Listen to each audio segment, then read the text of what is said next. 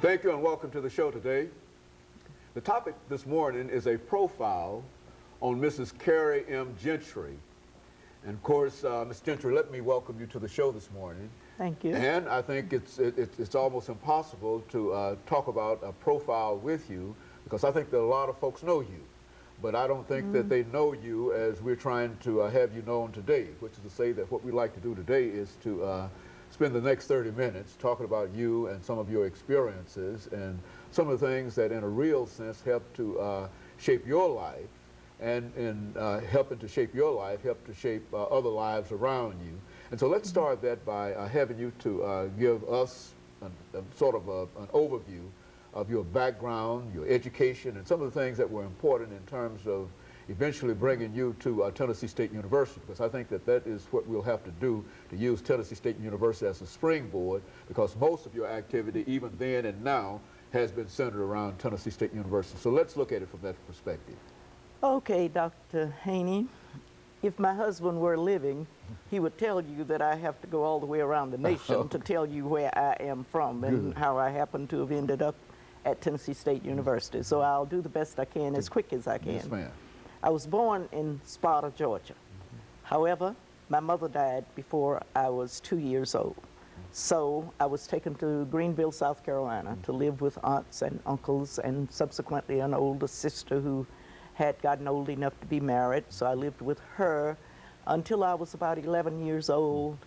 And then another sister who had migrated to Boston, Massachusetts and had gotten married took me up there to live with them. So I lived with them until I finished high school. My later elementary school and junior high school and high school, those years were up there in Boston, Massachusetts. So by the grace of God, I got the opportunity to go to college. Out of 13 children, there were 13 among us. But I was the only one who got the opportunity to go to college, and I did go to Howard University in Washington, D.C. And after graduating from there, my first job was at A&T College in Greensboro, North Carolina, and that's where I met my husband. He had just gotten out of the Army, and that was his first job, where he came to work with one of his old coaches from Florida A&M. So there we met, and there we married. And we left A&T College and went to Wilberforce, Ohio. I'm leaving a whole lot out in between, but nevertheless, we went to Wilberforce. And there used to be a game called the Capital Classic that was played between two top teams and Tennessee State University in Washington, D.C. So it was Tennessee State University and Wilberforce College, as it was at that time, I think. And Wilberforce beat Tennessee State University.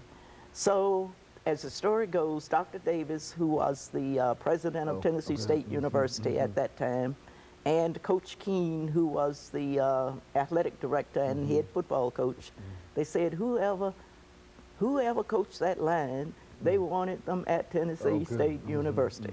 So my husband was one of the line coaches, so they started after him to come to Tennessee State University. So anyway, he really did not want to move from where he was, but they kept after him. So finally he came down to Tennessee State University and had a conference with Dr. Davis and with Coach Keene.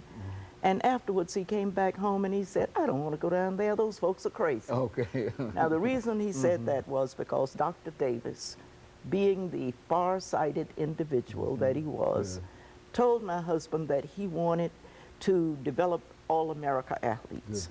Not black All-America athletes, but All-America athletes, and that he wanted to play before crowds of 40,000 or 50,000.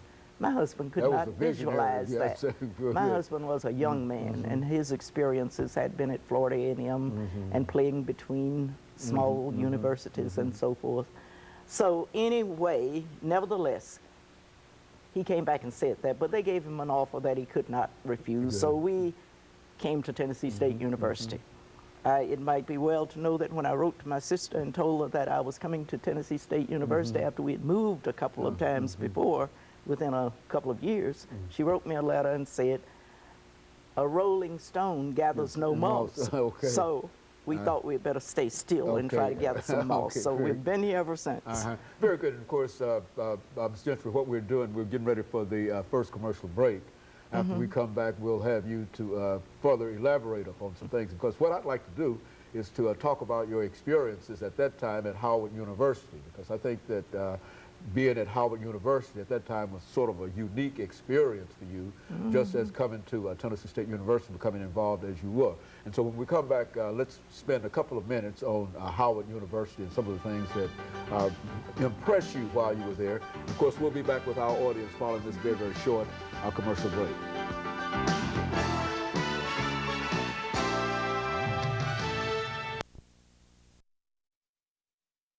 We're talking to Ms.